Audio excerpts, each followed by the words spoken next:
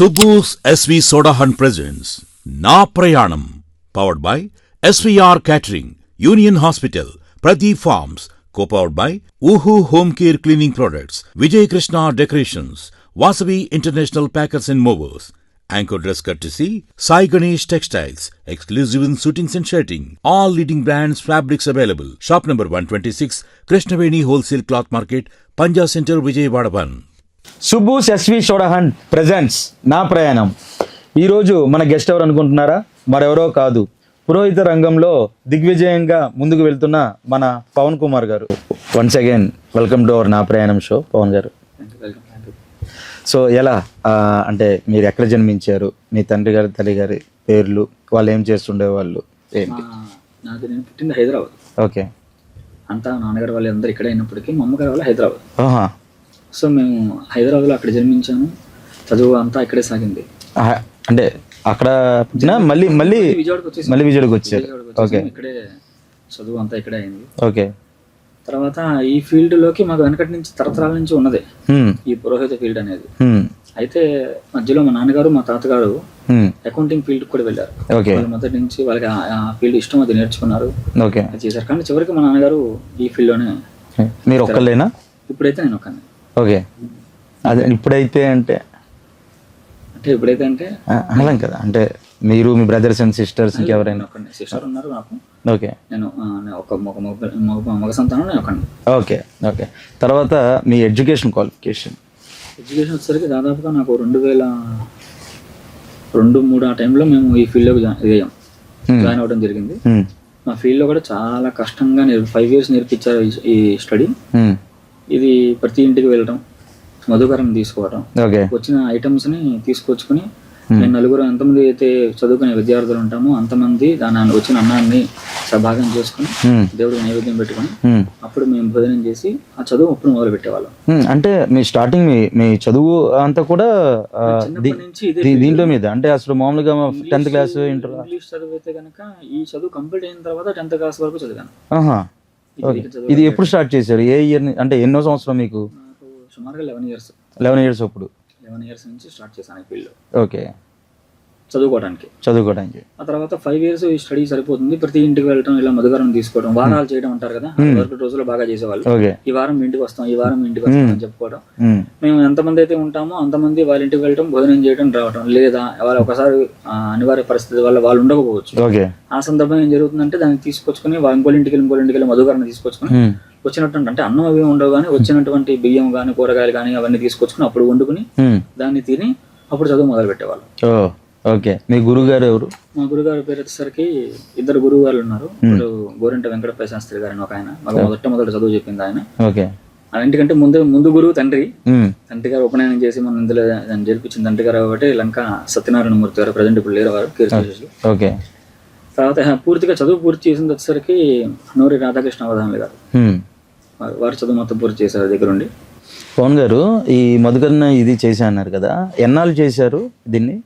ఇది 5 years మేము చదువుకున్నంత కాలము ప్రతి ఇంటికి వెళ్ళి మధుకరణ చేసి మేము ఇలా వచ్చిన ద్రవ్యాన్ని వండుకొని తింటాం అనేది 5 years చేసాం. ప్రతిరోజు అంటే వెళ్ళాల్సిందే, ఆ ద్రవ్యం తీసుకొచ్చుకోవాల్సిందే. అంటే మాకు చుట్టుపక్కల ఎవరు అంటే ఇప్పుడు చాలా సంస్థలు ఉన్నాయి, అందరూ తలా ఒక్కరికి ఎంతో కొంత అమౌంట్ ఇచ్చి వాళ్ళని పోషిస్తూ ఉండేవారు. ఇప్పుడు ఇటువంటి సంస్థలు మేము చదువుకునే రోజుల్లో లేవు. అప్పుడు ఏంటంటే చదువు చెప్పే గురుగారు ఎక్కడికైనా సంపాదనకు వెళ్ళి ఒక పెళ్ళి ఇంకోటి చేయించుకుంటే వచ్చిన డబ్బుతోనే మాకు రొటేషన్స్. ఇంతకుముందు ఒక్కొక్క దేవాలయం వాళ్ళు ఒక్కొక్క పాఠశాల పెట్టేవారు. ఇప్పుడు తిరుపతి దేవస్థానంలో ఒక పాఠశాల, అట్లాగే దుర్గ దేవస్థానంలో ఒక పాఠశాల, శ్రీశైల దేవస్థానంలో ఒక పాఠశాల. కానీ అప్పట్లో కంచి స్వామి వారు పెట్టారు ఈ పాఠశాల. కానీ అర్ధాంతరంగా మధ్యలో చదువు అందరిది ఆగిపోయినాయి. దానికి మాకు గురువు గారు మాత్రమే పట్టుకుని పిల్లలు భవిష్యత్తు పాడైపోకూడదని చెప్పని అందరి దగ్గరికి వెళ్ళి తలా కాస్త రూపాయి తీసుకొచ్చి రోజు ఏం కోసం మాకు ఇప్పుడు 10 మంది విద్యార్థులు ఉన్నాం. ఈ 10 మందిని దగ్గరుండే సొంత పిల్లల కంటే ఎక్కువగా చూసారు ఒక రకంగా చెప్పాలంటే. కట్టుకునే బట్టల దగ్గర నుంచి ఇచ్చి మరి అంత గట్టిగా చూసారు. సో ఏం చదువుకున్నారు, ఏం అభ్యసించారు మీరు ఈ 5 సంవత్సరాలు? ఈ వేదంలో భాగంగా, ఈ కృష్ణయజుర్ వేదంలో భాగంగా దీన్ని స్మార్థం అంటారు. మేము నేర్చుకున్నది 5 ఏళ్ళు పడుతుంది కోర్సు. ఈ స్మార్థంలో ఏమేమి ఉంటాయంటే గృహ ప్రవేశాలు, పెళ్లిళ్ళు, పుట్టిన దగ్గర నుంచి మనిషి శరీరం వదిలిపెట్టేంత వరకు ఉండేటువంటి పంచదశ కర్మలు, షోడశ కర్మలు అంటారు దీన్ని. 16 రకాల కర్మలు ఉంటాయి. అంటే గర్భాధానం, తర్వాత పుంసమనం, సీమంతం, జాతకర్మ, నామకరణం, అన్నప్రాసనం, చౌలం, ఉపనయనం, ఇట్లా మళ్ళీ వివాహం, తర్వాత మళ్ళీ శరీరం వదిలిపెట్టిన తర్వాత వచ్చేటంటే షోడశ కర్మ, 16వ కర్మ. మొత్తం అన్ని కూడా క్షుణ్ణంగా ఈ పిల్లవాడు చదువులో నిష్ణాతుడు అయ్యాడు అన్న తర్వాత బడి పంపిస్తారు. మరొక సంవత్సరం చదవాల్సిందే, పంపిరు. లేదు పరీక్ష ఇచ్చినప్పుడు మాత్రం ఒక దీర్ఘం పోయినా ఈ ఇయర్ వేస్ట్ అయినట్టే. మళ్ళీ దీంట్లో కూడా సర్టిఫికేషన్ కోర్స్ ఉంటాయి. అంటే ఎలా ఉంటాయి, ఏంటి అవి? అంటే మనకంటే పెద్ద గురువులు వచ్చి, అంటే మా గురుగారుల కంటే, చదువు చెప్పిన గురువుల కంటే కూడా చాలా పెద్ద స్థాయిలో ఉన్న గురువులు వచ్చి ఈ పలానా గురువు దగ్గర ఈ విద్యార్థులు ఈ విద్య నేర్చుకుంటున్నారు కాబట్టి ఈ సంవత్సరం మొత్తం మీద ఏం నేర్చుకున్నారు, ఈ నేర్చుకున్న దాన్ని బట్టి వాళ్ళకి పరీక్ష ఉంటుంది. ఉదాహరణకి ఒక మనిషి ఉపనయనం అయిన దగ్గర నుంచి వాడు నేర్చుకోవాల్సినటువంటి విధి ఏంటంటే, ముందు సంధ్యావందనం నేర్చుకోవాలి, తర్వాత అగ్నికార్యం, తర్వాత బ్రహ్మయజ్ఞం, ఆ తర్వాత పంచసూక్తాలు, తొందరగా నోరు తిరిగేటువంటి ఇవి సూక్తం అని, శ్రీ సూక్తం అని, భూ సూక్తం అని, అట్లా మన్ని సూక్తం అని, ఇవి ఒక సంవత్సరంలో కోర్సెస్ ఉంటాయి. చమకం, మహన్యాసం అని. ఈ సంవత్సరంలో కోర్సులో ఈ పిల్లాడు ఎంతవరకు నేర్చుకున్నాడు, ఈ సంవత్సరం ఇతన్ని పాస్ చేసి మరొక సంవత్సరానికి ప్రమోట్ చేయొచ్చా లేదా అని గురువు గారి కన్నా పైన గురువులు డిసైడ్ చేస్తారు. ఓకే, ఈ సంవత్సరంలో ఇతను తప్పు చెప్పాడు కాబట్టి ఇతనికి 3rd క్లాస్ ఇవ్వండి. ఓకే, పర్వాలేదు, 80% చదువు పరంగా బాగా చెప్పాడు కాబట్టి. ముందుగా అన్నిటికంటే మెయిన్ ఏంటంటే, ఈ వృత్తిలో దిగిన ప్రతి ఒక్కడికి గురువుల పట్ల భక్తి భావాలు ఉండాలి, దేవుడి పట్ల నమ్మకం ఉండాలి. అట్లా నమ్మకం ఉండి, గురు భక్తి ఉండి ఈ విద్య నేర్చుకోవడానికి అర్హుడు అవుతాడు. అంటే అసలు జనరల్ గా నమ్మకం లేని వాళ్ళు రారు కదా, వస్తారా సంపాదన కోసం వస్తారు. ఇప్పుడు ప్రజెంట్ పెద్ద పెద్ద దేవస్థానాలలో కూడా ఇలా నేర్పిస్తున్నారు. ఇప్పుడు కాలం మారిపోయింది, రోజులు వేరు, మారిపోయింది. అయితే ఇప్పుడు ఆ విధంగా వస్తున్నప్పటికీ కూడా నిలదొక్కోలేక వాళ్ళే వెనకడుగు వేస్తున్నారు. అయితే వచ్చిన దాంతోనే సంపాదన ఎక్కువ మొదలు పెట్టారు వాళ్ళు కూడా. అది కూడా ఇక్కడ ఇప్పుడు సాగుతుంది. మాకు కాంపిటీషన్ అంటారు, ఇంకోటి అంటారు. కానీ సో మీరు ఇప్పుడు ఇందాక నుంచి గురువు గారు అన్నారు కదా, మీ గురువు గారి పేర్లు? గురుగారి పేరు వచ్చరికి 2 గురువులు నాకు చదువు నేర్పించింది. ఒకళ్ళు గోరింట్ల వెంకటప్ప శాస్త్రి గారు అని, వారు మధురలో ఉంటారు. మధురలో ఆయన అక్కడి నుంచి ఇక్కడికి వచ్చి కొంతకాలం ఇక్కడ ఉండి మాకు ముందు బేసిక్ నాలెడ్జ్ అంతా ముందు బాగా నేర్పించింది. ఆ తర్వాత పెద్ద పెద్ద మంత్రాలన్నీ కూడా, అంటే ఆయనకి రాదని కాదు, ఇంకా ఆయన కింద బ్యాచ్ వాళ్ళకి ఆయన చూసుకుంటే పై బ్యాచ్ వాళ్ళకి ఇంకో గురువు గారు చూసుకుంటారు. ఆయన ఇంకొకరు వచ్చేసరికి నోరి రాధాకృష్ణ అవధాన్ గారు అంటారు ఆయన్ని. వారి మీద చదువు అంతా కూడా ఆయన నేర్పించారు. సో పవన్ గారు, అయితే ఇప్పటిదాకా మీరు థియరిటికల్లీ అన్ని నేర్చుకున్నారు, ఒక 5 సంవత్సరాలు చాలా కష్టపడి అన్నిట్లోనూ. ఓకే, కానీ ప్రాక్టికల్గా వెళ్ళేటప్పుడు ఎలా ప్రాసెస్ ఎలా ఉంటుంది అసలు? అంటే చదువుకునే రోజుల్లో కేవలం చదువు మాత్రమే చెప్పేవారు. అంటే కొన్ని గురుకులాలు ఉన్నాయి. ఇవాళ ఒక సబ్జెక్ట్ నేర్చుకున్నాం అంటే ఈ సబ్జెక్టు ఇతనికి మంత్రం, ఇప్పుడు ఉదాహరణకి అభిషేకం ఉన్నది, అభిషేకంలో నమకము, చమకం, మహన్యాసం ఇవి నేర్చేసుకుంటే, ఇవి నేర్చుకున్న తర్వాత ఆ చేసేటువంటి కర్తవు ఎట్లా చేయాలి, అభిషేకం ఎట్లా చేయించాలి, ఏ ద్రవ్యాలతో అభిషేకం చేయాలి, ఇటువంటివన్నీ కూడా ఆ రోజు ఆ గురువు గారు ఒక వ్యక్తిని, అంటే సీనియర్ వ్యక్తిని ఇచ్చి ఇతన్ని పంపించేవారు. గురువు గారి దగ్గర పక్కన వెళ్ళి నేర్చుకోవాలి. కానీ మేము చదువుకున్న రోజుల్లో కేవలం చదువు వరకు మాత్రమే ఉంది. అంటే అది ఆ గురుకులాలు కూడా ఉన్నాయి.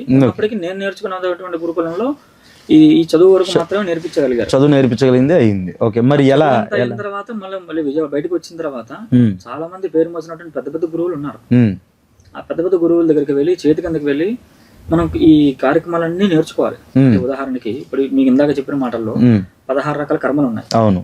ఈ 16 రకాల కర్మల్లో ఒక కర్మ పక్కకు తీసేస్తే షోడశ కర్మ, మిగతా పంచదశ కర్మలు మన ఒక గురువుని ఆశ్రయించి ఏ గణపతి పూజ చేయాలంటే ఏవేం కావాలి. ఏంటంటే ఒక పెళ్లి చేయించడం అంటే చేయించే వ్యక్తి కంటే చుట్టుపక్కల సర్దే వ్యక్తికి ఎక్కువ విలువ. అవునా? ఏ కార్యక్రమం చేయాలన్నా ఆ సెట్టింగ్ వేసేవాడికి ఎక్కువ విలువ.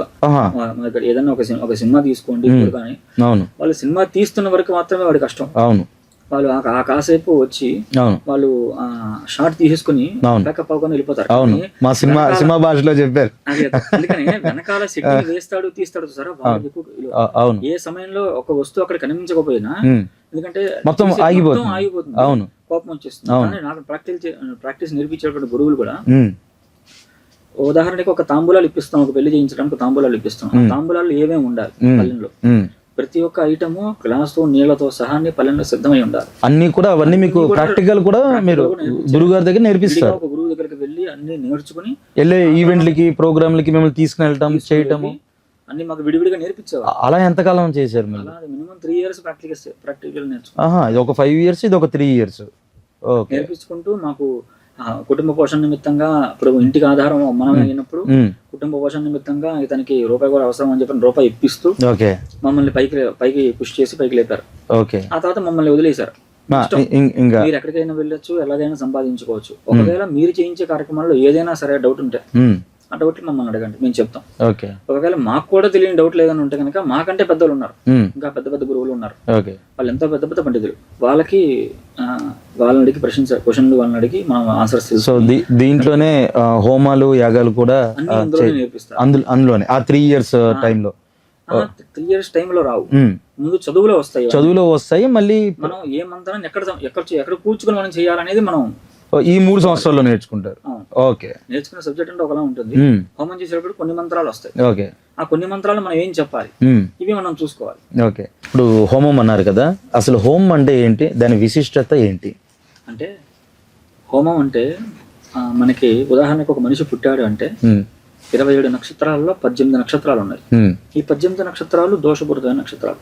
దాంట్లో కొన్ని బలమైనటువంటి దోషమైన నక్షత్రాలు ఉన్నాయి. ఉదాహరణకి జ్యేష్ఠ అని, మూల నక్షత్రం అని, అట్లాగే మఖ నక్షత్రం అని, ఇట్లా కొన్ని నక్షత్రాలు దోషమైన నక్షత్రాలు. హెవీగా ఈ 18 నక్షత్రాల్లో పుట్టిన వ్యక్తి మనం పుట్టడంతోనే కొన్ని అరిష్టాలతో పుడతాడు. ఏ వ్యక్తి అయినా సరే దాన్ని బాలారిష్టాలని మనం పిలుస్తూ ఉంటాం. కొన్ని బాగుంటాయి, కొంతమంది సమయాలు పుట్టిన సమయం బాగుంటుంది, వాళ్ళకి ఏం అవసరం లేదు. కానీ ఈ 18 నక్షత్రాల్లో పుట్టిన వాడికి శాంతి ఉంటుంది. అంటే ఉదాహరణకి ఆ గ్రహాలు ఏవైతే ఉన్నాయో మైనస్ లో ఉన్నటువంటి గ్రహాలు, వాటికి జపాలు చేసి బ్రాహ్మలు దానికి ఆవు పాలతో, గ్రహాలకి ఏ దేవుడికైనా సరే ముందు పాలతో చేస్తే శాంతి. పాలు చంద్రుడికి ప్రీతి కాబట్టి పాలతో అభిషేకం చేసినా, పాలతో తర్పణ చేసినా ముందు మూర్తి శాంతిస్తుంది. అప్పుడు బాలారిష్టం తగ్గుతుంది. దోషం అయితే ఏవి చాలా మంది చెప్తూ ఉంటారు, కానీ దోషాలు అయితే ఏవి పోవు. మనిషిగా పుట్టినటువంటి ప్రతి వ్యక్తి కర్మను అనుభవించవలసిందే, అది ఎవరైనా సరే అనుభవించే రూపంలో వస్తుంది. అయితే ఏంటంటే దాని యొక్క ఇది తగ్గుతుంది, దాని ఉగ్రత తగ్గుతుంది. కర్మ అనుభవించాల్సిందే, కాకపోతే తగ్గుతుంది. మనం చేసేటువంటి మంత్ర జపం వల్ల, చేసిన తర్పణం వల్ల, హోమం వల్ల కర్మ తగ్గుతుంది. ఒక పాజిటివ్ వైబ్ వల్ల వస్తుంది. దానివల్ల అది ఆ బిడ్డకి రక్షణ చేయబడుతుంది. ఇట్లాంటివి మనిషి ఇందాక మనం మాట్లాడుకున్న ప్రకారంగా పోయేంత వరకు కూడా ఉంటాయి. ఇప్పుడు హోమాలు అనేవి పోయేంత వరకు కూడా ఉంటాయి. హోమాలు అంటే ఏంటంటే ఇప్పుడు చెప్పుకున్నట్టుగా ఈ శాంతి నక్షత్రాలకు హోమాలు గాని, లేదా అభిషేకం చేసినప్పుడు రుద్రహోమం గాని, చండీ హోమం గాని, అట్లయితే వారాహి హోమం గాని, లేదంటే ఈ రాజశ్యామల హోమం గాని, ఇట్లా ఇవన్నీ హోమాలే. యజ్ఞాలు, యాగాలు, క్రతువులు ఇవన్నీ వీటికి సంబంధించింది లింక్ అయ్యాయి. ఇప్పుడు యజ్ఞాలు, యాగాలు, క్రతువులు అంటున్నారు, వాటి గురించి వివరంగా ఏమైనా చెప్పగలరా? యాగాది క్రతువులు అంటే ఇంకా ఇవి నడుస్తున్నాయా అసలు? చేస్తున్నారు. చాలా మంది పెద్ద పెద్ద కుటుంబాల్లో పేరు మోసిన పెద్ద కుటుంబాలు ఉన్నాయి. ఆ పెద్ద కుటుంబాల్లో ఇప్పటికీ కూడా ప్రతి ఇంటికి వెళ్ళి వాళ్ళు కూడా, మనం ఇంతకుముందు మనం చదువుకుంటే మధుకరణం అని చెప్పాం, కానీ వాళ్ళు యజ్ఞాలు చేయడానికి, యాగాలు చేయడానికి ఇదివరకు రోజుల్లో పూర్వం రాజుల దగ్గర మీ ఈ యాగం చేయండి, రాజసూయ యాగం చేయండి, మనం వినే ఉంటారు పురాణం. అదే ఇది వినే ఇప్పటికీ చేస్తున్నారని అడిగాను నేను మిమ్మల్ని. ఇప్పటికీ కూడా పెద్ద పెద్ద యాగాలు మా బ్రాహ్మణులు చేస్తున్నారు. దానికి చాలా నియమాలు, నిష్టలు పాటిస్తూ చాలా ఇదిగా చేస్తారు. సినిమాలోనే చూస్తూ ఉంటాం ఆ డైలాగులన్నీ కూడా, అది ఇప్పటికీ జరుగుతున్నాయా? ఇవాళకి జరుగుతున్నవి. ఉదాహరణకి ఈవేళ కూడా మా గురుగారు ఒకటి ఇష్టి అనేటువంటి ఒక క్రతువు చేసేవారు మా గురుగారు. అట్లా హోమం ఒకటే కాదు, హోమంతో పాటు ఇంకా ఇంక్లూడింగ్ ఉంటాయి. ఇప్పుడు స్మృతి పురాణానం అని చెప్పిన మాటలు ఉన్నాయి కదా, వేదం వెనకాల ఉపనిషత్తులతో పాటు పురాణాలు, అన్నిటికీ కూడా ప్రతి ఒక్కటి పాయింట్ లింక్, ఒకదానికి లింక్ లేకుండా ఏది నడవదు. అట్లా ఈ యజ్ఞాలు, యాగాలు కూడా ఇప్పటికీ పెద్ద పెద్ద వాళ్ళు చేస్తూ ఉన్నారు. అది చేయాలంటే దానికి కూడా కొన్ని రూల్స్ అండ్ రెగ్యులేషన్స్ పాటించాలి. అన్నిటికీ పాటించాలి రూల్స్ అండ్ రెగ్యులేషన్స్. తనకి ఒడుగైనప్పుడు ఉపనయనం చేసినప్పుడు 4 రోజులు ఉపనయనం అయి ఉండాలి, 5 రోజులు వివాహం జరిగి ఉండాలి. జరిగిన తర్వాత అగ్నిహోత్రుని తీసుకొచ్చి ఇంట్లో పెట్టుకుంటారు. 40 రోజులు ఒక యాగం చేసి 40 days పాటు ఒక యాగం చేసి అగ్నిహోత్రుడిని మన వైపు వశంపరచుకోవడం. అతను ఈ కట్టెపొల్ల ఉన్నంత వరకు కూడా అగ్నిహోత్రుడు మన ఇంట్లో ఉంటాడు, వెలుగుతూనే ఉంటుంది. నిత్యాగ్నిహోత్రులు అంటారు, మీరు విన్నారు. ఈ నిత్యాగ్నిహోత్రులు ఏం చేస్తారంటే ఇలా యజ్ఞాలు, యాగాలు, వాజపేయి యాగం అని, లేదంటే సోమయాగం అని, ఇట్లాంటి పెద్ద పెద్ద యాగాలు చేసి, చైన యాగం అని, ఇట్లాంటి యాగాలు ఇవన్నీ చేసి వాళ్ళు అగ్నిహోత్రుడిని వశపరచుకోవడం. ఈ యాగాలన్నీ కూడా మీరు చేయిస్తారా? దానికి ఈ యాగాలు మేము చేయించేది ఉండదు. ఓకే. దీనికి సపరేట్ సబ్జెక్ట్. యాగాలకు ఒక్కదానికే సపరేట్ సబ్జెక్ట్. హోమాలు, క్రతువులు ఇవన్నీ మేము చేయించేది. ఓకే. క్రతువులు అంటే ఈ అభిషేకం చేయడం ఒక క్రతువు, సత్యనారాయణ స్వామి వారి వ్రతం చేయించడం ఒక క్రతువు, అట్లాగే పెళ్లి చేయించడం, హోమాలు, చిన్న చిన్న హోమాలు చేయించడం, ఇవే ఒక క్రతువు. ఈ యాగాలు, యజ్ఞాలు అనేది ఇంకా మాకంటే 5 సబ్జెక్ట్, ఇంకొక 2-3 ఏళ్ళు కోర్సు అది ఇంకొక సబ్జెక్ట్ పిహెచ్డి చేయాలి దాంట్లో. అదే సపరేట్ సబ్జెక్ట్ అన్నమాట. ఓకే. అట్లా. సో ఫైనల్ గా అసలు మీరు స్ట్రైట్ గా అంటే మీరు గురువు గారి దగ్గర నేర్చుకున్నారు, స్ట్రైట్ గా మీరు ఈ ప్రోగ్రామ్స్ చేయించడం ఎప్పటి నుంచి స్టార్ట్ చేశారు? ఎన్నాళ్ళైంది? నాకు 16 ఏళ్ళ వయసు నుంచి మీరు డైరెక్ట్ గా స్టార్ట్ చేశారు? 17 వయసులో నేను కార్యక్రమం చేయించడం స్టార్ట్ చేశాను. ఇప్పటికి ఒక 20 సంవత్సరాలు అయి ఉంటుంది. సుమారుగా 20 సంవత్సరాలు. ఓకే, 20 సంవత్సరాల నుంచి చేస్తున్నారు. ఓకే. ఇందులో భాగంగా మీరు ఎక్కువ ఇప్పటిదాకా చేయించిన కార్యక్రమాలు ఏంటి?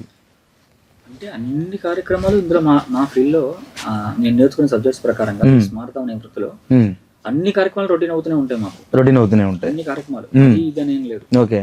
అన్ని కార్యక్రమాలు ఆల్రౌండ్గా చేయించగలం. అయితే దీంట్లో అందరికీ చాలా మంది పురోహితం అంటే చాలా మంది కుటుంబాలకు ఏమంటుందంటే మన ఇంటికి గృహప్రవేశం అయితేనే మనకి పూజారి గుర్తుకొస్తాడు, లేదా మన ఇంట్లో పెళ్లి అంటేనే పూజారి గుర్తుకొస్తాడు. అవును, వాస్తవం. లేదంటే ఇంట్లో ఏదైనా భరించడానికి కష్టం వచ్చింది అంటేనే అదే పక్క వాళ్ళు ఎవడన్నా చెబితేనే దానికి జాతక చక్రాలు తీసుకొచ్చి బాబు మాకు ఈ పరిస్థితి ఉంది ఇప్పుడు. అవును, ఖచ్చితంగా. అలా కాదు. అసలు పురోహితం అంటేనే అసలు ఏ పురోహితుడు అనే వ్యక్తి లేకుండా అసలు ఏ కార్యక్రమం నడవదు. ఓకే. ఒక సినిమా హాల్లో సినిమా స్టార్ట్ చేయాలంటే మీరు సినిమాతోనే కనెక్ట్ చేస్తున్నారు కదా, పూజారి లేకుండా స్టార్ట్ అవ్వదు. అవును, స్టార్ట్ పూజారి ఎందుకు కొబ్బరికాయ కొట్టి దేవుడి దగ్గరే అవును దానికి పూజ చేస్తారు. అట్లాగే ఏ పూజ చేసుకుంటున్నా ఏది చేయాలన్నా ఇది వరకు రోజుల్లో మేము సినిమాల్లో కూడా చూపించే ఉంటాం. ఏంటంటే ఏ అవసరం ఉన్నా పక్కన పూజారి ఉండేవాడు. రాజుల కాలంలో కూడా ఒక ప్రణాళిక వేయాలంటే పక్కన పూజారి ఉంటాడు. అవును. ఇప్పుడు రాముడు పుట్టే సమయానికి వశిష్ఠ మహర్షి అన్ని రకాల ప్రణాళికలు సిద్ధం చేసి ఉన్నారు. రాముడు మీకు ఈ సమయానికి ఈ యజ్ఞం చేస్తే, మీరు ఈ ఇష్టి చేస్తే మీకు సంతానం కలుగుతుంది. అంటే ఆయన తండ్రి గారు అది వరకు రోజులు ఆయుష్ ప్రమాణం కూడా అట్లాగే ఉండేది. దశరథ మహారాజు గారు 60,000 సంవత్సరాలు ఆయన బతికింది. మనకి ఇప్పుడు కలియుగం కాలం ప్రకారం 60 బతికితే ఎక్కువ అట్లా ఉంది. కానీ ఆ 60,000 సంవత్సరాల్లో అతను అంటే మనిషికి ఏదో ఒక పాపమో ఏదో కర్మ వెంటాడుతుండగా కర్మ నివృత్తి అయితే కానీ మనకు ఆలోచన రాదు. మనం ఏం చేయాలన్నా, దానం చేయాలన్నా, ధర్మం చేయాలన్నా. ఆయనకు ఆ సమయానికి కర్మ నివృత్తి అయింది కాబట్టి ఒక యజ్ఞం చేస్తే ఏదన్నా నాకు సంతానం కలుగుతుందేమో, ఒక భార్య లేదు, 2వ భార్య లేదు, 3వ భార్య, 3 భార్యలకి ఆయన సంతానం కలగలేదు. అప్పుడు యజ్ఞం చేస్తే యజ్ఞ పురుషుడు ఒక ప్రసాదాన్ని ఇస్తాడు. హోమం చేస్తే ఇదివరకు ఇప్పుడు మన మాంస నేత్రాలకు కనిపించారు దేవతలు, కానీ అదివరకు రోజుల్లో ధర్మం ఎక్కువగా ఉండేది, దైవ అనుగ్రహం ఎక్కువగా కనిపిస్తూ ఉండేది. దేవత మనం పిలిస్తే భగవంతుడు రాను అనే మాట ఉండదు, ఎప్పటికైనా ఉండదు. కానీ మన మాంస నేత్రాలుగా కనిపించడు. మనం స్వరయుక్తంగా మంత్రం చెప్పి హోమం చేస్తే ఖచ్చితంగా దేవుడు రావాల్సిందే, తినాల్సిందే. ఆయన రూల్ అది. మంత్రానికి లోబడి ఉంటారు దేవతలని భగవంతుడు చెప్పిన మాట, చెప్పిన మాట. అందుకని ఆ రోజుల్లో కూడా ఆయన యజ్ఞం చేశారు. యజ్ఞం చేసిన తర్వాత యజ్ఞ పురుషుడు ప్రసాదాన్ని ఇచ్చారు, పాయసాన్ని. వాళ్ళు 3 భాగాలుగా చేసుకున్నారు. తండ్రి 2 కమల పిల్లలు, ఒకడు రాముడు, లక్ష్మణుడు, భరత, శత్రుఘ్నుడు పుట్టారు. వీళ్ళు పుట్టిన తర్వాత అప్పుడు మళ్ళీ ఇష్టి చేస్తాడు. అదే పుట్టడానికి ముందు మళ్ళీ ఇష్టి చేస్తాడు ఆయన. ఇట్లాంటి యజ్ఞాగాది కృతువులు ఇట్లాంటివి అందరికి అది వరకు రోజులు పురోహితుడు ప్రతి అణచిపెట్టుకుని ఉండేవాళ్ళు. బట్ ఇప్పుడు ఏంటి అంటే కాలం వేరైపోతుంది. ఇప్పుడు నా కొడుకు 30 ఏళ్ళు వచ్చిన తర్వాత వాడికి పెళ్లి చేస్తాను, పెళ్లి చేసినప్పుడు గుర్తుకొస్తాడు. అవును. అంటే ఒక వయసుకు ఒక వ్యక్తికి 30 ఏళ్ళు వచ్చిన 30 ఏళ్ళు వచ్చేదాకా ఆగడం కంటే ఖచ్చితంగా 18-19 ఏళ్ల వయసుకి వివాహం చేసేస్తే వాడికి వాడు శరీరం ఒరిగిపోయే సమయానికి, అంటే వాడికి 40 ఏళ్ళకు 45 ఏళ్ళకి ఒరిగిపోయే సమయానికి వీడికి 22 ఏళ్ళు కొడుకుంటాడు. అవును. వీడి ఒరిగిపోయే సమయానికి వీడు చేస్తున్న బిజినెస్. కానీ ముందుగా అసలు అనుకోండి, ముందుగా కలిస్తే దానికి ఏంటి ఏం చేయించుకోవాలి ఏంటి అనేది చెప్పి వివరంగా జాతక చక్రాలు చూసి మీ జాతకంలో ఈ పరిస్థితి ఉంది కాబట్టి మీకు ఈ పరిస్థితి రాబోయే రోజుల్లో ఎదురుపడుతుంది కాబట్టి మీరు ఆ గ్రహాల యొక్క చిన్న రెమెడీ ఈ రెమెడీ చేయండి, లేకపోతే ఈ దానం చేయండి, ఈ అభిషేకం చేయండి, లేకపోతే ఈ హోమం చేసుకోండి. ఇట్లాంటి రెమెడీ ఇచ్చిన తర్వాత అవి ఆచరించిన తర్వాత వాళ్ళకి ఫలితాలు తొందరగా ఉంటాయి. ఎంతమంది ఉన్నారు, చెప్పిన వాళ్ళు బయటకు వచ్చి చెప్పిన వాళ్ళు కూడా చాలా మంది ఉన్నారు. ఉదాహరణకి మేము ఇటీవల కాలంలో 1 సంవత్సరం క్రితం ఒక ఇంట్లో చండీ హోమం చేస్తే ఉదయం చాలా సమయం పట్టింది. తక్కువేం కాదు, 7-8 గంటలు పడుతుంది. తక్కువేం పడదు, 7-8 గంటలు పడుతుంది. అని యథావిధిగా చేయాలి అంటే కనుక 7-8 గంటలు పడుతుంది. అది హోమం చేసుకున్నారు. చేసుకున్న తర్వాత నుంచి వాళ్ళలో చాలా మార్పు వచ్చింది, చాలా మార్పులు.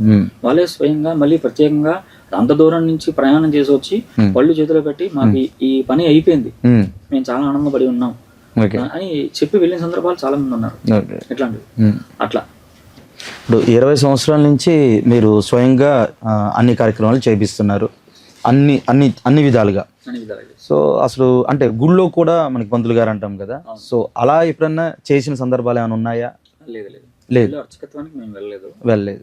చదువు నేర్చుకున్న తర్వాత డైరెక్ట్ గా ప్రాక్టికల్ పూర్తయిన తర్వాత మేము బయట కార్యక్రమాలు చేయించడంలోనే హడావుడి అయిపోయింది, బిజీ అయిపోయింది. కానీ మేము ఈ దేవాలయం అర్చకత్వానికి వెళ్ళలేదు. ఓకే. మీ 10 మంది బ్యాచ్ లో అంటే మీరు ఎవరైతే అప్పుడు చదువుకున్న ఆ టీమ్ లో అందరూ కూడా బయటే కార్యక్రమాలు చేసుకుంటూ సంపాదించుకుంటారు. మిమ్మల్ని ఎందుకు ఇది అడగాల్సి వచ్చిందంటే, యాక్చువల్గా మనం ఇప్పుడు ప్రతి ఒక్కరు, ఇప్పుడు మేము కానీ అందరూ కానీ గుడికి వెళ్ళినప్పుడు శివాలయానికి ఆ పాలని, తేనెని, లేకపోతే నీళ్ళని, వాట్ ఎవర్ ఏదైతే అర్పిస్తామో అక్కడ అవన్నీ కూడా వృధాగా మన ముందే కళ్ళ ముందు వేస్ట్గా డ్రైన్లోకి వెళ్ళిపోవడం మనం గమనిస్తూ ఉంటాం. సో అది ఎంతవరకు కరెక్ట్ అంటారు? దాని బదులు కడుపుకి ఆకలేస్తున్న వాళ్ళకి ఏమన్నా సహాయం చేస్తే మంచిది కదా అని చాలా మందికి ఉంటుంది, అందులో నేను కూడా ఒకరిని. సో దాని గురించి ఏంటి అంటే, మీరు అడిగిన క్వశ్చన్ మంచిదే, కానీ అయితే దానికి సరైన సమాధానం ఏంటంటే, ఒక చెట్టుకు నీళ్లు పోసారనుకోండి, వేలు దాకా తడిసిందా లేదా చూడలేరుగా. అంటే నీళ్లు పోస్తే వేళ్ళకి వెళ్తాయన్న నమ్మకం మీకు ఉందిగా. అవును. మరి శివుడు నెత్తి మీద పాలు పోయింది, నీళ్లు పోయింది, తేనె పోయింది, ఏది పోయినా అక్కడ దైవం ప్రత్యేకంగా వచ్చి కూర్చున్నాడు. మంత్రము యంత్రము అన్ని యంత్రాలు వేసి దేవుని కూర్చోబెట్టినప్పుడు మూర్తి ఉన్నాడన్నప్పుడు ఆ మూర్తికి చెందుతాయి. పోసిన ద్రవ్యం అంతా నిర్మాణం వెళ్ళిపోతుంది. అట్లా నెత్తి మీద చెమ్మ నీళ్ళు పోసుకున్నారు, నీళ్ళు పైన అక్కడ ఉండిపోతాయి, ఉండవు. అదే వేస్ట్ అయిపోతున్నాయి కదా. మరి దాని బదులు ఆకలితో ఉన్న వాళ్ళు అక్కడే చుట్టుపక్కల చాలా మంది ఉంటారు కదా అనేది ఉద్దేశం. కొన్ని వేల లీటర్లు అంటే ఒక్క ఏరియాకి చూసుకుంటేనే వేల లీటర్లు, అలా చూసుకుంటే కొన్ని లక్షల లీటర్లు చాలా ఐటమ్స్. అంటే ప్రసాదం అయితే అట్లీస్ట్ మళ్ళీ అక్కడ వాళ్ళకే పంచుతూ ఉంటారు, అంతవరకు ఫైన్. బట్ ఏదైతే ఈ చేసే విధానం అన్ని నీళ్లు మొక్కకు పోస్తే లోపల దేవమూర్తి చెట్టు పీల్చుకుంటున్నట్టు దాంట్లో ఉన్నటువంటి సారాన్ని భగవంతుడు తీసుకుని మనకి ఎంతో మంది పాలు తీసుకొచ్చేవాళ్ళు, నీళ్లు తీసుకొచ్చేవాళ్ళు, అయితే తేనె తెచ్చేవాళ్ళు, వాళ్ళు ఒక్కొక్క గొరుగుతో వస్తారు. ఈశ్వరుడు కూడా అభిషేకం చేసేటప్పుడు ఒక్కొక్క పాలతో ఒక్కొక్క ద్రవ్యానికి ఒక్కొక్క రకమైనటువంటి ఫలితాన్ని ఇస్తాడు. ఏదైనా ముందు ఈశ్వరుడికి అభిషేకం దిగాలంటే ముందు నీళ్లే, నీళ్లు చివరిలో నీళ్లు.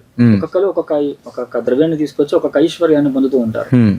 ఇలా వాళ్ళు ఫలితాన్ని ఎట్లయితే పొందుతున్నారో, నెత్తి మీద నీళ్లు పోసుకుంటే కిందకి ఎట్లయితే జారిపోయి ఆ నీళ్లు వృధా అయిపోతున్నాయని అనుకుంటున్నాము, ఇది కూడా అంతే. అది పిప్పి ద్రవ్యం. సారాన్ని ఆయన తీసుకున్నాడు, మీ కోరిక అనేటువంటి సారాన్ని ఆయన తీసుకున్నాడు. మీరు ఫలితం అనేది పిప్పిని వదిలేశాడు, ఫలితం అనేది మీకు ఇళ్లలో చూపిస్తాడు. అలా వెళ్ళిపోయింది పిప్పి అనుకోవడమే. ఇళ్లలో చూపిస్తాడు మీకు ఫలితాన్ని. ఆ రోజున ఈశ్వరుడు దేవాలయానికి వెళ్ళాను, శివుడికి అభిషేకం చేశాను, పాలతో అభిషేకం చేశాను, తేనెతో అభిషేకం చేశాను, నాకు మండలం తిరగల 40 రోజులు తిరగకుండానే నాకు నా ఫలితం దక్కింది. నేను ఈ పలానా చదువు నిమిత్తంగా అభిషేకం చేయించుకున్నా, పలానా ఆరోగ్య విషయంలో అభిషేకం చేయించుకున్నా, లేదు పలానా వృత్తి వ్యాపార విషయం పైన అభిషేకం చేయించుకున్నాను, నా ఫలితం నాకు శత్రువులు దూరం అయ్యారు, నా ఫలితం నాకు దక్కింది. ఈ ఫలితం రూపంలో భగవంతుడు చూపిస్తాడు. ఆ ద్రవ్యం చూడకూడదు. ద్రవ్యంలో ఉన్నటువంటి సారాన్ని భగవంతుడు తీసుకుని మిగతాది పిప్పిగా వదిలిపెడతాడు. ఇప్పుడు 20 సంవత్సరాలుగా మీరు ఈ 16 రకాల కర్మలు చేపిస్తున్నా అన్నారు కదా, అందులో ముఖ్యంగా అంటే ఎక్కువ శాతం ఎటువంటివి చేయించినవి మీరు ఉన్నాయి ప్రస్తుతానికి? 16 రకాల కర్మల్లో 16వ రకం కర్మని మనం చేయించాం, దానికి సపరేట్ మనిషి ఉంటారు. మనం ప్రత్యేకంగా చేయించేది 15 రకాల కర్మలు. దీంట్లో ఎక్కువ శాతం నడిచేది పెళ్లిళ్ళు, తర్వాత ఏమో ఉపనయనాలు, ఇవి ఎక్కువగా నడుస్తూ ఉంటాయి. ఈ ఉపనయనంలోనే ఒక మనిషి పుట్టిన దగ్గర నుంచి ఈ జాతకర్మ అనేసరికి మనిషి పిల్లాడు పుట్టిన తర్వాత నాభి కట్ చేయడం అంటారు, చేస్తుంటారు. దానికి కూడా ఒక కర్తవ్యం ఉంటుంది, జాతకర్మ అంటారు. అది వరకు రోజుల్లో ఒక పురాణంలో రాముడికి సంతానం కలిగిన తర్వాత లవకుశలకి రక్షణ పెట్టడం కోసం అని చెప్పని వాల్మీకి మహర్షి తెల్లటి ఆవాలు పిల్లల కింద వేసి దర్భలు పరిచి పడుకోబెడతాడు. కుశలు కుశలు వాళ్ళ దర్భని అటు ఇటు లవకుశలు. అంటే అసలు ఇప్పుడైతే ఎవరు అది చేయించుకోవట్లేదు, చేయట్లేదు. కొన్ని కుటుంబాలు చేస్తున్నాయి. అన్ని కుటుంబాల వాళ్ళకి ఈ జాతకర్మ అనేది తెలియదు. అందరికి అక్కడి నుంచి తెలుస్తుంది. అంటే నామకరణం, పిల్లడు పుట్టాడు, 11వ రోజు పురిటి మైలు తీరిపోయింది, వెంటనే నామకరణం చేయాలి. ఏ పేరు పెట్టాలి? హాస్యాన్ని పేరు పెట్టాలా, తుచ్చని పేరు పెట్టాలి? ఇవే అసలు పేరు పెడితే పేరు వల్ల ఉపయోగం ఏముంటుంది అనేది కూడా లేదు, ఈ రోజుల్లో పోయింది. 6 నెలల్లో అన్నప్రాసన చేస్తారు. అన్నప్రాసన కర్తూరు కూడా పూర్తిగా మర్చిపోయారు. ఏదో మా పిల్లడు బంగారం ముట్టుకున్నాడంటే అబ్బో వీడు బంగారు భవిష్యత్తు, కత్తి పుట్టుకున్నాడంటే ఈయన ఏమైనా చంపేస్తాడు. ఇట్లాంటి నెగిటివ్ ఆలోచనలకి తల్లిదండ్రులు వెళ్ళిపోయారు ముందు. అది మార్చుకుంటే కొన్ని మార్చుకుంటే పిల్లాడి భవిష్యత్తు బాగుంటుంది. అంతకుముందు కొంతమంది పెద్దలు ప్రవచనాలు చెప్పేటప్పుడు కూడా మీరు అన్నం తింటూ టీవీ చూస్తూ ఉంటే మీ పుట్టే బిడ్డ కూడా ఉగ్రవాదే పుడతాడు తప్పితే మామూలు మంచివాడు పుట్టాడు. ఎందుకంటే అందులో టీవీలో ఉండే వ్యగ్రతే పిల్లలకి ఆశ వస్తుందని. ఎందుకంటే మాట ఉంది, ఒక మాట ఉంది, గర్భంలో ఉన్నప్పుడే నారదుల వారు వేదం మొత్తం చెబితే ప్రహ్లాదుడు నేర్చుకుంటాడు. అదే అడగబోతున్నాను యాక్చువల్ గా. నేర్చుకుంటాడు. మన గర్భంలో ఉన్నప్పుడు మనం ఏం చేసాము అనే దాన్ని బట్టే బిడ్డ ఏం చేయాలనేది బిడ్డ పడతాడు. వాళ్ళు ఎలాగా వాళ్ళు ఒకవేళ బుక్స్ చదువుతున్నారు లేదా మంచి బుక్స్ చదువుతున్నారు, వింటున్నారు, మంచి వింటున్నారు. ఉదాహరణ నాకు తెలిసినటువంటి ఒక కుటుంబంలో వాళ్ళు చైనా సినిమా మూవీస్ చూసారు. పుట్టిన పిల్ల మీరు నమ్మరు 4 సంవత్సరాల వరకు ఏం మాట్లాడుతుందో తెలియదు. నిజంగా దేవుడు సాక్షిగా చెప్తున్నా, ఏం మాట్లాడుతుందో అర్థమయ్యేది కాదు. ఇప్పుడు కాస్త 2-3 ఏళ్ళు అవుతుంది, మాట అర్థం అవుతుంది. మాట్లాడుతుంటే ఈ పిల్ల నాకు మంచులు కావాలని అడిగింది, అది ఈ పిల్ల నాకు పాలు కావాలని అడిగింది. చైనా భాష అర్థమైపోయింది పిల్లకి. అది ఏం మాట్లాడుతుందో అర్థమయ్యేది కాదు. అట్లాంటి ఇదిగా ఉండకూడదు. ఇప్పుడు కూడా ఒక తల్లి తన మరణాన్ని కూడా లెక్క చేయకుండా ఒక బిడ్డకు జన్మనిస్తుంది. అవును. ఇచ్చేటువంటి దీంట్లో మీరు ఈ గడిచినటువంటి 9 నెలల పాటు మోసినప్పుడు మీరు ఏది చూసారు అనేది కూడా బిడ్డ అదే నేర్చుకుంటారు లోపల. అంతేగా బయటకు వచ్చాక నేర్చుకునేది వేరు. బాహ్య ప్రపంచానికి తల్లిదండ్రులకి కనెక్ట్ అయి ఉంటాడు కాబట్టి నేర్చుకునేది వేరు. అసలు గర్భంలో ఏం నేర్చుకున్నాడు అనేది తెలియాలి. అదే మెయిన్ ఫీడ్. అదే దానికి గత జన్మ కర్మ లింక్ అవ్వకూడదు. లింక్ అయిపోతుంది, అవ్వకుండా ఉండదు, లింక్ అవుతుంది. అయినప్పుడు ఇతను ఇప్పుడు బాహ్య ప్రపంచానికి అప్పటికి అన్ని కలిపి ఉగ్రవాద తయారవుతాడు. అట్లా అవ్వకుండా మంచివాడిగా వారు ఒక ఉన్నత స్థానానికి చేరుకోవాలంటే ప్రెగ్నెన్సీగా ఉన్నప్పుడు మంచిది వినాలి. ఆ తల్లిదండ్రులు సుబ్రహ్మణ్య ఆరాధన చేయాలి. సుబ్రహ్మణ్య ఆరాధన చేయాలి. లేదంటే శ్రీకృష్ణ పరమాత్ముడి యొక్క లీలలు వినాలి. శ్రీకృష్ణ పరమాత్ముడు ఒక్కొక్క లీల ఒక్కొక్క ఇదనమాట. మీకు చెప్పాలంటే సైంటిస్ట్ కాలేజెస్ అన్నమాట. అటువంటి కాలేజీలు శ్రీకృష్ణుడి ఒక్కొక్క లీల దాంట్లో అనేక రకాల అర్థాలు అన్ని ఉంటాయి కాబట్టి వాళ్ళకి అది పిల్లలకి భవిష్యత్తు నిలబెట్టడానికి ఒక మార్గం అవుతుంది. వాడి జీవితంలో వాడు ఏ అవ్వాలి. కానీ ఇదంతా పెద్ద సబ్జెక్ట్ కదా, అసలు ఒక్కటి టచ్ చేస్తే ఎక్కడికో మనకి వెళ్తుంది. చౌలు అనేది ఒక కరుతూ చేస్తారు. 3వ సంవత్సరంలో బిడ్డకి మంచి రక్షణ కలగాలంటే చౌలని చెవులు కొట్టి చెవుల దగ్గర కొన్ని నరాలు ఉంటాయి. ఆ నరానికి ఈ చౌలం అనేది ఇది చేసి బంగారపు తీగని గుచ్చుతారు, లేదా రాగి తీగని గుచ్చేవాళ్ళు, లేదా పొగాకు కాడ పెట్టేవారు. అది చేయడం వల్ల మేధస్సు పెరుగుతుంది. ప్రతిదీ గుండెకి బ్రెయిన్ కి కదా అన్ని నరాలు.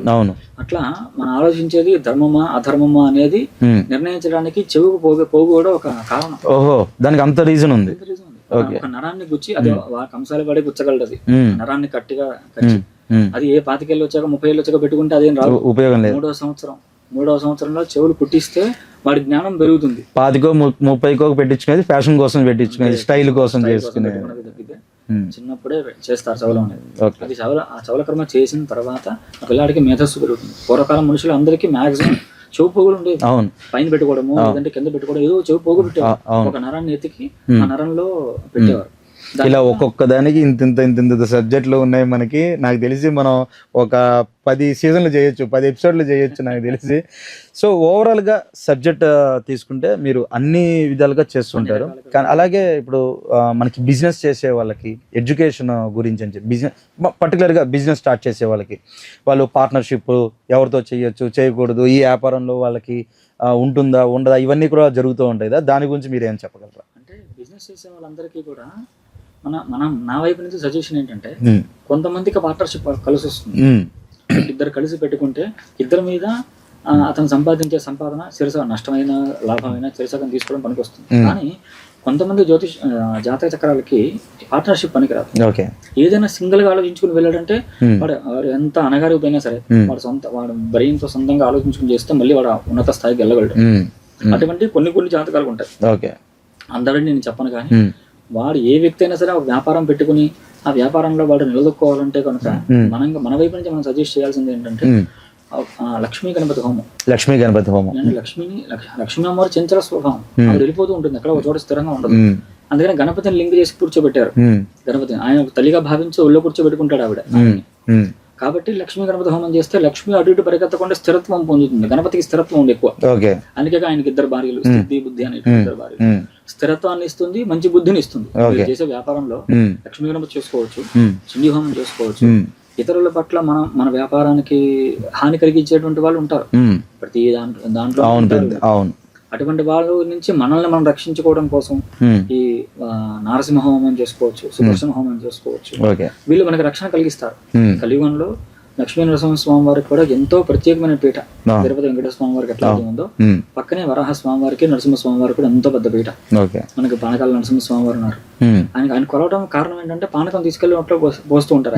కారణం ఏంటంటే ఆయన గర్భంలో ప్రపంచ విలయమే ఉంది కొండ కింద. ఆయన కొండలో పిలిచాడు. ఆయన ముఖం కూడా కొండలోకే ఉంటుంది. అవును కదా, అవును. అందుకని పానకం పోస్తారు, చల్లగా ఉంటారు. ఆయన పానకం పోసేవం పానకం తీపి పదార్థం. నేను ఒక స్వీట్ తీసుకొని మీకు ఇచ్చి నాకు ఈ పని చేసి పెట్టమని అడిగితే స్వీట్ తిన్నారు కాబట్టి అడిగాడు కాబట్టి సరే ఏదో కనీసం మాట సహాయం అన్నా చేయాలనుకుంటా. అవును, అట్లా మనం ఆయనకి పానకంతో హోమాలు, నరసింహస్వామి వారి హోమం చేసుకోవచ్చు. అట్లాగే రక్షణ కోసం హనుమంతుడి హోమం చేసుకోవచ్చు వ్యాపారస్తులు. అట్లాగే లక్ష్మీ గణపతి హోమం చేసుకోవచ్చు లక్ష్మీ స్థిరంగా ఉండడానికి. ఇతరుల నుంచి నీ వ్యాపారం ఈ రోజున 10 రూపాయలు పెట్టి ఈ వ్యాపారం పెడితే రేపటి రోజున ఏ వ్యక్తి అయినా సరే నాకు 50 రూపాయలు రావాలని కోరుకుంటాడు. ఖచ్చితంగా కదా కోరుకుంటాడు. ఈ 50 రూపాయలు రావాలంటే వీడు భగవంతుడి పట్ల వీడు ఎట్లా ఉన్నాడు అనేది కూడా చూసుకోవాలి. అతను చూపించినటువంటి తీరి బట్టే ఇక్కడ ఎదగదల అనేది మొదలవుతుంది. ఏ వ్యాపారస్తుడికైనా విజిబిలిటీ ఏంటి అనేది కనిపిస్తుంది. ఎంతమంది వ్యాపారస్తులు ఉన్నారు అట్లా, లక్షల కోట్ల సంపాదించిన వాళ్ళు ఉన్నారు. ఒక్కదాన్ని నమ్ము బేస్ అవుతారు. ఇలా వ్యాపారస్తులకు మీరు ఏమైనా చేసిన ఉన్నాయా? చేసిన వాళ్ళు చాలా మంది ఉన్నారు. ఉదాహరణకి మనకి షైన్ హాస్పిటల్ కూడా ఉంది. ఆ shine hospital doctor Srilekha Sarvepalli ఆవిడకి నేను వాళ్ళ హాస్పిటల్లో నేను స్వయంగా 5 రోజులు దీక్ష చేసి విఘ్నేశ్వరుడు విగ్రహం ప్రతిష్ఠ చేశాం. నేను ఆవిడే స్వయంగా వెళ్ళి విగ్రహాన్ని సెలెక్ట్ చేసుకుని తీసుకొచ్చుకుని ఆ విగ్రహం 5 రోజులు ప్రతిష్ఠ చేశాం. ఆవిడ ఏం చేశారంటే మా మీద బాధ్యత కాదండి, మేము ఏ టైంకి వస్తామో ఏ టైంకి వెళ్తాం, సర్ది ఉండొచ్చు ఉండకపోవచ్చు, మేము దాని మీద బాధ్యత పెట్టలేము. ఇటు మీ చేతుల మీద ఎంత కార్యం జరిగింది కాబట్టి మీరే దాని బాధ్యత వహించండి. ఉదయం సాయంత్రం వచ్చి పూర్తి బాధ్యత మీదే, మీకు అప్పచెప్పేసారు, చేసుకోండి అని చెప్పండి. ఏమైనా ఐటమ్స్ ఏమైనా అయిపోతే కనుక పలానా వాళ్ళకి చెప్పండి, వాళ్ళు వచ్చి దీనికి అన్ని తీసుకొచ్చి ఏర్పాటు చేస్తారని ఒక మనిషి అప్పచెప్పేశారు. ఓకే, ఇట్లా చాలా వ్యాపార స్థలాలు ఉన్నాయి. ఓకే, సో ఫైనల్గా మా వ్యూవర్స్ కోసం ఈ దిష్టి పోవడానికి అని చెప్పి లేకపోతే బలన దోషం ఉంది అని చెప్పి ఇలా ఉంటాయి కదా. సో మా వ్యూవర్స్ కోసం ఏమేమి హోమాలు లేదా జపాలు కూడా చేస్తూ ఉంటారు కదా. సో ఏవేవి రెగ్యులర్గా ప్రతి ఒక్కరు చేసుకోవాల్సినవి, దానివల్ల వచ్చే ఉపయోగాలు కొద్దిగా మా వ్యూవర్స్ కోసం. అంటే ఏ వ్యక్తికైనా ఒక కష్టం వస్తుంది అంటే కనుక కష్టానికి కర్మ కారణం. మనం చేసిన కర్మే మనకి కారణం. కష్టం వచ్చింది దానికి బుద్ధి, సరైన బుద్ధి నడిస్తే కర్మ పెద్దది అయినప్పటికీ కూడా దాన్ని తప్పించుకునే మార్గాలు మనం చూపించవచ్చు. ఏదైనా కూడా జాతక చక్రంలో ఉంటాయి అన్ని కూడా. ఇతను ఈ దేవతను ఆరాధన చేయాలి, ఇతను గత జన్మలో ఈ విధంగా ఈ గత జన్మలో ఒక మనిషి పుట్టాడా లేదా ఇంకోటి పుట్టాడా అని కూడా నిర్ధారించవచ్చు జాతక చక్రంలో. అట్లా జాతకాన్ని చూసి ఇతను చేస్తున్న వ్యాపారానికి ఏది రక్షణగా ఉండాలి, ఏ దేవుడిని ఆరాధన చేయాలి, ఈ దేవతను ఆరాధన చేస్తే పర్టికులర్ గా ఈ దేవుడిని ఆరాధన చేస్తే మీరు ఈ విధంగా కలిసి వస్తుంది, మీకు మీరు ఉన్నత స్థాయికి చేరుకుంటారు అనేది మనం ఆ జాతక చక్రాన్ని చూసి చెప్పచ్చు. ఓకే, జాతక చక్రం ఉంటే కామన్గా ఎవరికైనా సరే, ఎటువంటి వారికైనా సరే, ఇంద్రకిలాద్రి దుర్గమ్మ, ఆ దుర్గమ్మ వారికి సంబంధించినటువంటి చండీ యాగం చూసుకోవచ్చు.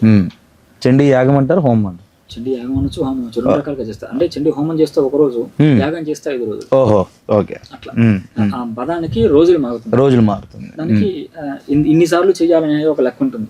ఆ లెక్క ప్రకారంగా అంతమంది మనుషులను తీసుకొచ్చుకొని కూర్చోబెట్టి లాంగ్ ప్రాసెస్, అదే బాగా కష్టపడి చేయాలి. అది అంతే. ఈ రుద్రాభిషేకం అనేది ఒక 4 గంటల్లో 3-4 గంటల్లో అయిపోతుంది అభిషేకం అనేది.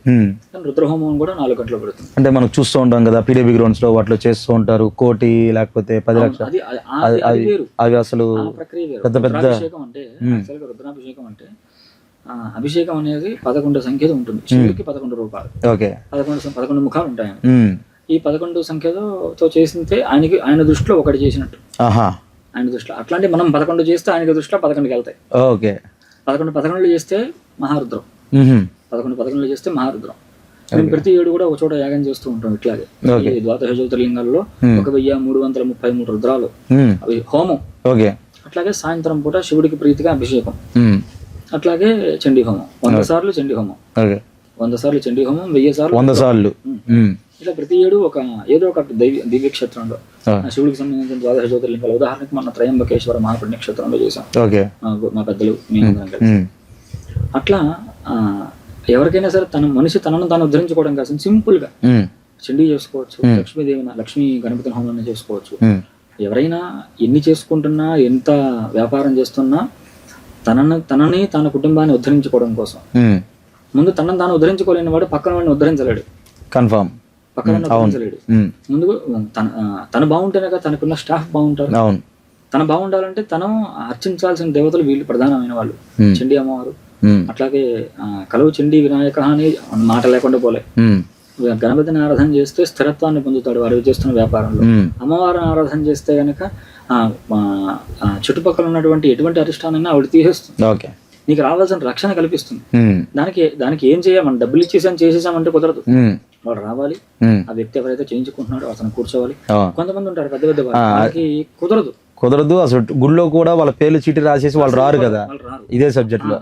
వాళ్ళు రారు. అయినప్పటికీ కూడా వాళ్ళకి అంత బిజీ షెడ్యూల్ లో కూడా వాళ్ళు వచ్చి మనకి ఈ పని చేయించడానికి గోత్రనామాలన్నా ఇచ్చి వెళ్ళినా కూడా రక్షణ కలుగుతుంది. ఎందుకంటే వచ్చేటువంటి అవకాశం ఆవిడే కనిపించలేదు. అంత వ్యాపారాన్ని అంత బిజీ టైం ఇచ్చింది ఆవిడేగా. అంత బిజీ టైం ఆవిడ ఇచ్చినప్పుడు అది కూడా మనల్ని మర్చిపోకుండా వచ్చి మనకి ఆ పేరు గోత్రనామాలను ఇచ్చి కనీసం పూజ చేయండి. ఈ పూజ చేసే సమయంలో మేము కాస్త నియమంగా ఉంటాము, మా నియమాలను మేము ఉల్లంఘించకుండా ఉంటాము, ఆవిడే మమ్మల్ని రక్షిస్తుందని పొద్దున్నే లేచి ఎంతమంది పెద్ద పెద్ద వ్యాపారస్తులు 5 గంటలకి లేచి చక్కగా ముందు లేవడంతోనే దేవతకు నమస్కారం చేసుకుని తర్వాత పనులు చూస్తారు. అట్లా ఎంతమందికి కలిసి వచ్చిన వాళ్ళు ఉన్నారు, ఎంతోమంది స్థిరత్వం పొందిన వాళ్ళు ఉన్నారు పెద్ద పెద్ద వ్యాపారస్తులు. అట్లా. థ్యాంక్ యూ పవన్ గారు, చాలా మంచి విషయాలు చెప్పారు. ఇంకేమన్నా మా వ్యూవర్స్ కోసం ఒక మంచి మాట ఏమన్నా? ఒక మంచి మాట అంటే, భగవంతుడికి ఈ వ్యక్తి ఎవరైతే వ్యాపారం చేసుకున్నవాడు అనుకోండి, లేదంటే ఎవరైనా సరే ₹1 ఖర్చు పెట్టాడంటే, ఒక హోమానికి అనుకోండి, లేదంటే ఒక పూజకు అనుకోండి, ₹1 ఖర్చు పెట్టాడంటే వారికి ₹10 వెనకాల వస్తుందని గుర్తు. అదే రూపంలో భగవంతుడు ఇస్తాడు. ధర్మాన్ని నిలబెట్టుకుంటూ తన కుటుంబాన్ని ఎట్లయితే పోషించుకుంటూ తను నిలబడాలని కోరుకుంటాడో, అట్లాగే ధర్మాన్ని నిలబెట్టుకుంటూ వాళ్ళ వ్యాపారాలు చేసుకుంటూ ఎవరైతే కనుక ముందుకు వస్తారో వాడికి భగవంతుడు అదే రకంగా అండగా చూస్తాడు. తప్పకుండా మీరు అన్నట్టుగా 100% వాళ్ళందరూ కూడా అలాగే ఉండాలని కోరుకుంటూ thanks for coming to our నా ప్రయాణం షో. Thank you.